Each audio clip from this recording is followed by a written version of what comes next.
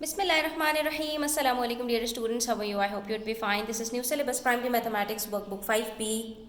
आज हम करने जा रहे हैं रिव्यू के कुछ questions. Question number 2 on page number 118. इसका पार्ट सी. तो hold a pencil in your hands and watch the video till the and. अच्छी लगे तो लाइक कमेंट शेयर कीजिएगा. चैनल सब्सक्राइब नहीं किया तो प्लीज सब्सक्राइब कर लीजिए. पढ़ते हैं पार्ट सी की तरफ. अब देखना ये कि क्वेश्चन में हमसे कह के आ रहे हैं. ठीक है. B C D is a straight line.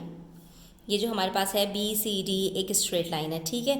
And A B is equals to B C is equals to A C, यानी कि ये तीनों जो है हमारे पास इक्विलेटरल ट्रायंगल की साइड्स हैं. तीनों बराबर हैं तो ये तीनों एंगल्स भी बराबर होंगे. यहीं पर हम लिख लेते हैं कि ये तीनों 60 डिग्रीज होंगे. ठीक है. अब हमसे पूछा क्या है, इन्होंने हमसे पूछा ये है ये जो अननोन मार्क्ड एंगल है ये बता दीजिए कि ये कितना है. ये जो P है ना ये कितना है. तो बच्चों हमसे तो इन्होंने इस ट्राइंगल के बारे में कुछ भी नहीं पूछा क्योंकि इसके अंदर तो सब कुछ पता ही है हमें. इस ट्राइंगल ये जो ACD है इसमें हमसे पूछा है कि ये एंगल P बता दीजिए. तो एंगल P तो हम कैलकुलेट कर लेंगे, लेकिन ये एंगल कहाँ है. एक गिवन है, दूसरा क्यों गिवन नहीं है. वो तो हमें याद है कि sum of angles of a triangle is 180 degrees, लेकिन उसके लिए दो एंगल्स भी तो चाहिए होते हैं. तो ठहरिए, परेशान ना होइए. ये दूसरा एंगल आप बड़ी आसानी से कैलकुलेट कर सकते हैं. अगर आपको याद हो कि हमारे पास जब स्ट्रेट लाइन होती है तो उसके ऊपर जो सम ऑफ एंगल्स होते हैं वो हमेशा 180 डिग्रीज होते हैं. तो अगर एक एंगल भी गिवन है और दूसरा फाइंड आउट करना है तो ये भी कुछ मसला नहीं है. तो पहले हम इस लाइन की मदद से और इस एंगल की मदद से ये पहले एंगल सी फाइंड आउट करेंगे. जब ये पता चल जाएगा तो sum of angles of a triangle वाली प्रॉपर्टी के थ्रू हम ये एंगल पी आराम से कैलकुलेट कर लेंगे.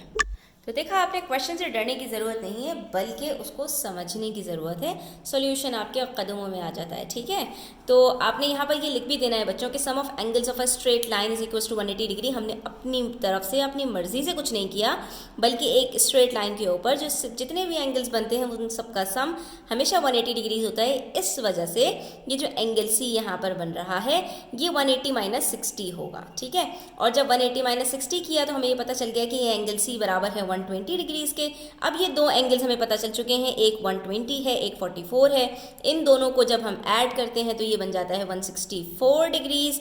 अब इसको हमने क्या करना है, 180 में से सब्ट्रैक्ट करना है. 180 में से जब आप 164 को सब्ट्रैक्ट करते हैं तो आपके पास सिर्फ बच जाता है 16 डिग्रीज और वही हमसे पूछा था, दैट इज एंगल पी.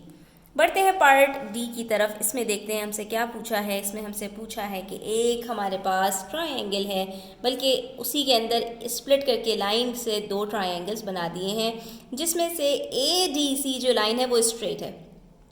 ठीक है. अब आप कहेंगे कि इसके अंदर तो इन्होंने हमें मज़ीद कुछ और बताया नहीं. बताया है. बताया किस तरह से है कि इन्होंने हमें बनाकर दिखाया है कि ये डब्बा देखते ही हम समझ जाएंगे कि ये 90 डिग्रीज है. तो ये थर्ड एंगल आराम से कैलकुलेट हो जाएगा. जब ये थर्ड एंगल कैलकुलेट हो जाएगा तो इसके बराबर वाला ये भी आराम से कैलकुलेट हो जाएगा. यहाँ भी पहले से एक अदद मौजूद है तो सिर्फ ये एंगल आर है जो आपको कैलकुलेट करना है. तो जब दो एंगल्स आपको ट्राई एंगल BCD में पता चल जाएंगे तो तीसरा आप आराम से कैलकुलेट कर लेंगे. पहले हम सारी वर्किंग्स ट्रायंगल ABD के लिए करेंगे जिसमें दो एंगल्स पता है. तीसरा एंगल हमने कैलकुलेट कर लिया. 90 में से आप सिंपली 46 को माइनस करेंगे तो आपको पता चल जाएगा क्योंकि एक तो एंगल आपके पास 90 डिग्रीज ऑलरेडी है ना, बाकी दो का सम 90 होता है. तो 90 में से 46 निकाला, हमारे पास 44 बच गया. पता चल गया एंगल D हमारे पास इस ट्रायंगल में 44 डिग्रीज है. इस स्ट्रेट लाइन के ऊपर वापस आए, इस ट्रायंगल के अंदर इस वाले एंगल को कैलकुलेट करने के लिए 180 में से 44 को सब्ट्रैक्ट किया. पता चल गया कि भाई ये एंगल हमारे पास 136 डिग्रीज है. 136 और 32 मिलकर बन जाते हैं 168 डिग्रीज. अब उठाकर हमने 180 में से 168 को जब सब्ट्रैक्ट किया तो बच गया 12 अदद, दैट इज 12 डिग्रीज. और यही हमसे पूछा था, दैट इज एंगल आर, जिसे हमने कैलकुलेट कर लिया. इसी तरह देख लेते हैं पार्ट ई. पेज नंबर 119 पर हमसे क्या कहा है. तो हमसे यहाँ पर कहा है कि हमारे पास ये जो लाइन है ADC ये स्ट्रेट लाइन है. ये आप देख सकते हैं ऑलरेडी 90 डिग्रीज बन रहा है जिसमें से एक हमारे पास 62 डिग्रीज है. तो ये कितना होगा, 90 माइनस 62 दैट इज़ 28 डिग्रीज. ठीक है बच्चों, यहीं पर मैंने आपको बता दिया कि ये दोनों मिलकर 90 डिग्रीज बन रहे हैं. तो एक अगर 62 है तो दूसरा 28 होगा क्योंकि 62 और 28 90 डिग्रीज होते हैं. अब ये एंगल हमें नहीं पता, ये एंगल हमें नहीं पता, ये एंगल S नहीं पता, ये T नहीं पता. हमसे दो एंगल्स पूछे हैं, एंगल S और एंगल अगर हमें ये पता चल जाएगा एंगल, तो हम एस आसानी से कैलकुलेट कर सकते हैं, क्योंकि ये स्ट्रेट लाइन है।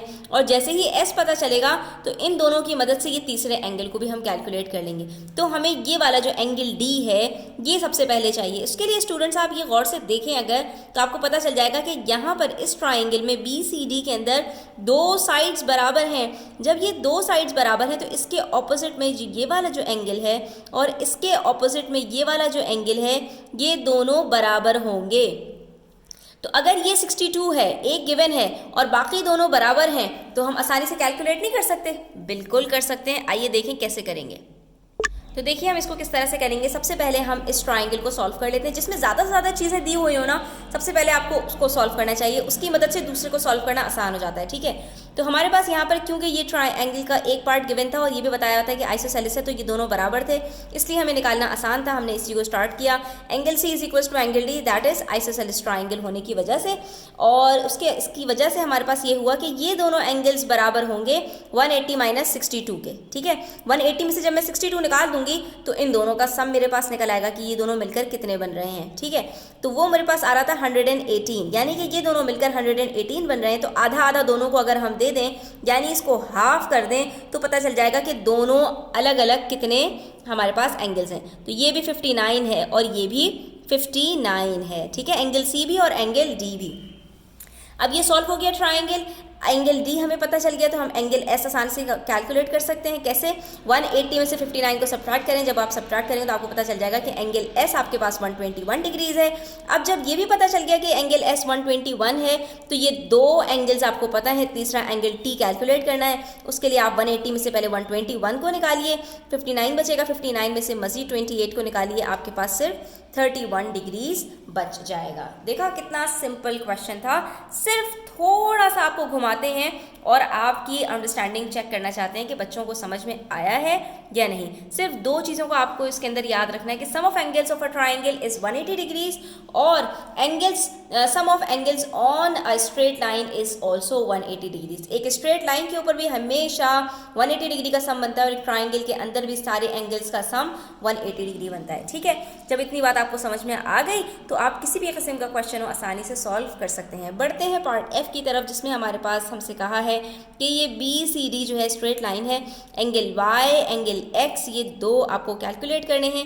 इस ट्राइंगल के अंदर आपको बताया है कि ये लाइन ए बी और लाइन बी सी बराबर है। इसका मतलब ये हुआ कि इसके ऑपोजिट में ये एंगल और इसके ऑपोजिट में ये एंगल, यानी एंगल एक्स बराबर होगा एंगल ए के, ये दोनों बिल्कुल बराबर होंगे। ठीक है, जो यहाँ पर निकलेगा वही यहाँ पर होगा। अब इसके अंदर हमें स्टूडेंट्स यहाँ पर इन्होंने ये बताया है कि एक स्ट्रेट लाइन है, उसके ऊपर तीन एंगल्स बन रहे हैं, एक ये एंगल एक्स, एक ये 90 डिग्री बीच में और एक ये 37 डिग्रीज। तो ये एक्स कैलकुलेट कर सकते हैं। मैं समझ गई, आपको ये पता चल गया कि एक्स कैलकुलेट कर सकते हैं। वेरी गुड, कि इन दोनों को ऐड करेंगे, 180 में से सब्ट्रैक्ट करेंगे, एक्स पता चल जाएगा। जैसे ही एक्स पता चलेगा, एक्स के साथ दूसरा एक्स पता चल जाएगा, क्योंकि दोनों सेम है, वाई कैलकुलेट करना बिल्कुल आसान हो जाएगा आपके लिए। तो बस बड़ा ही सिंपल और बड़ा मज़े का क्वेश्चन था। मुझे बड़ा मज़ा आया इसमें स्टूडेंट्स कि हमने सबसे पहले एंगल एक्स को कैलकुलेट किया, 180 में से 90 को सब्ट्रैक्ट किया, 90 बचा, 90 में से 37 को सब्ट्रैक्ट किया, तो हमारे पास 53 बच गया। ठीक है, जब ये एंगल एक्स पता चल गया तो हमें पता था कि ये एंगल ए भी बराबर है एंगल एक्स के, दैट इज़ 53 डिग्री।